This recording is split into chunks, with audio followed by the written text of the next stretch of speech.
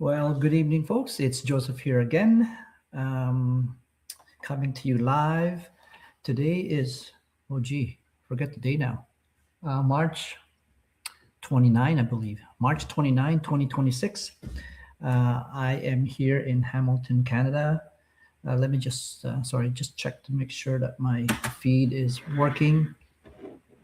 Today, yeah, March 29, Sunday. It's actually Palm Sunday here. And let me just make sure my feed is working. Uh, yes. Okay. So yes, thank you for joining in again. Good evening to those of you who are in the Canadian time zone. Good morning or good afternoon to those of you who are maybe tuning in. Again, my name is Joseph. I'm from Hamilton, Canada. I do have two young adults. I'm also married to my wife. I am a retired IT professional from the banking industry. I retired about 2 years ago, and I'm also a financial coach. What I'm really proud of myself is really starting this digital business about 2 years ago, and quite happy with the result and financially and obviously personal growth, but at the same time helping people, individuals to earn online. Anyway, my topic today, it's really financial literacy episode 17. If I'm not mistaken, it's my 17th episode in this financial literacy. The topic today that I wanted to discuss with you or to share with you is really three stages in your retirement. Yeah, so there are, I don't know if any of you may know or may not know, there are actually three stages in your retirement. So for those of you who are actually planning your retirement or actually in your retirement or golden years, there are actually three stages, and I'd like to share with you. A lot of you I know have asked the question, how do you know when you can retire? And that's really something that I can advise, but there's so many factors that we need to discuss. So that would be another topic. But right now, today or tonight, I'd like to just share with you three stages in your golden years or retirement years, right? So number one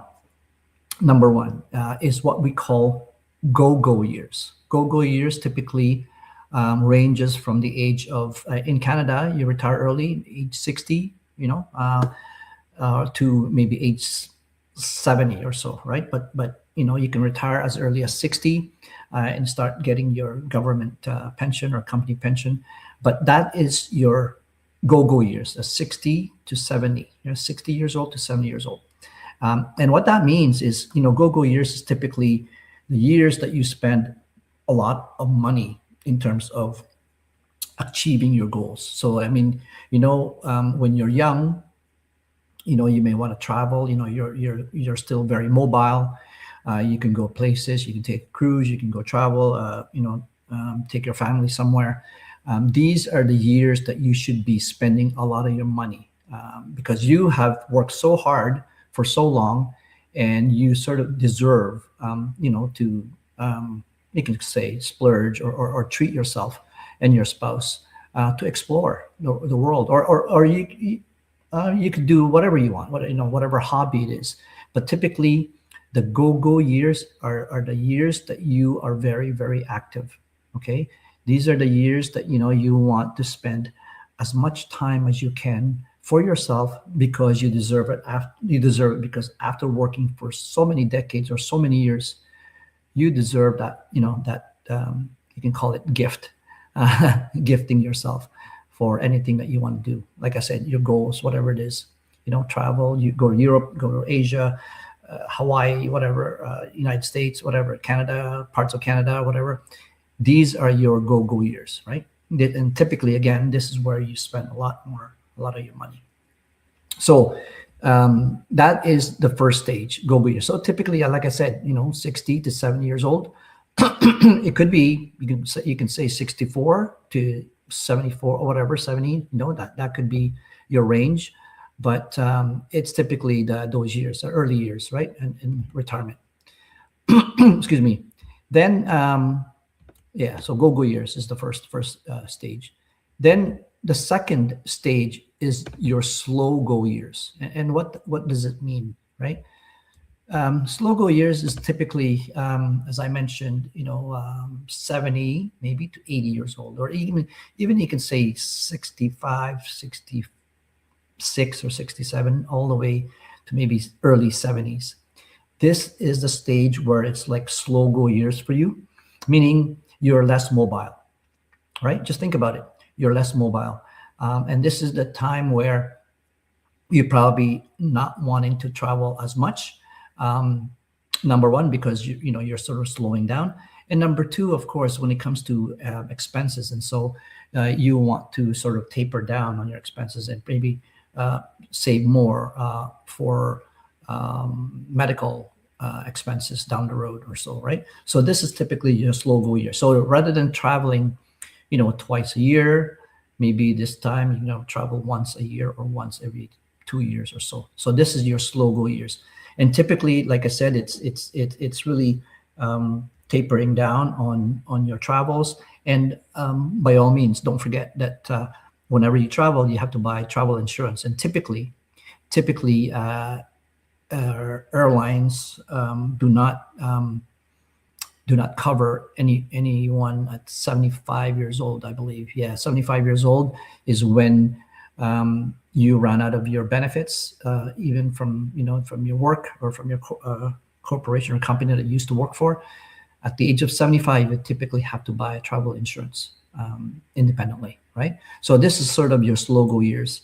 And again, because you're slowing down, you probably don't want to spend so much, and you want to make sure that you have enough savings for any medical concerns or medical expenses down the road, right?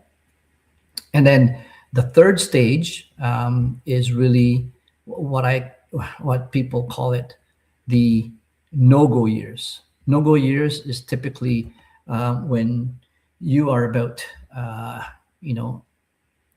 close to 80 or 80 and above, right? Definitely, you definitely have to get a medical or travel insurance when you travel. And if you get to travel, there are a lot of people still get to travel at that age. And the reason why we call it no-go years is because some people are not mobile. They're not mobile, and sometimes people are on a wheelchair and they don't like to travel as much when they're on a wheelchair. But there are people that are doing that. Especially on cruise and stuff like that. Some of them are still in a wheelchair and they get to travel. But typically it's the slow go years because, no-go years, because you sometimes are not, you're not as mobile, right? I mean, you're not mobile at all at that age, but you're lucky. There are people that are lucky at that late of age that they get to travel. Like my mom. My mom is very blessed and lucky, and only because of the fact that she's strict on her diet, eating healthy food and exercising as much as she can.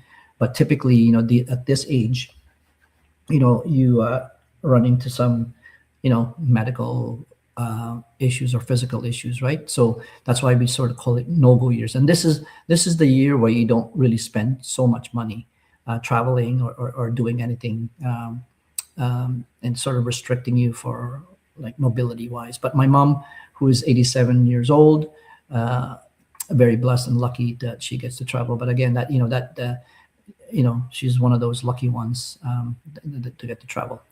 So what about you? I mean, you people are watching this, whether live on a replay, what do you think about these stages in your golden years in retirement? I'd like to know, I'd like to hear what you guys think, or you can even share this video to your friends or your colleagues or your family who can learn from these stages. But typically this is just a framework in which what financial advisors or financial coach would say. And it, you know, it could be that you could be as mobile as like my mom at the age of 87 or so. But this is typically when it comes to retirement planning or golden years planning, these are the stages that people consider. Okay.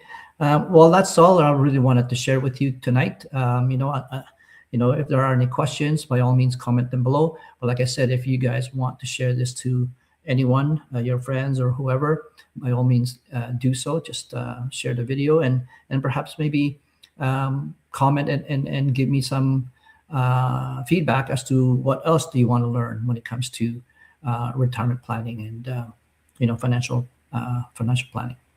Anyway, that is it for now. Until my next episode, may God bless you all. Bye for now.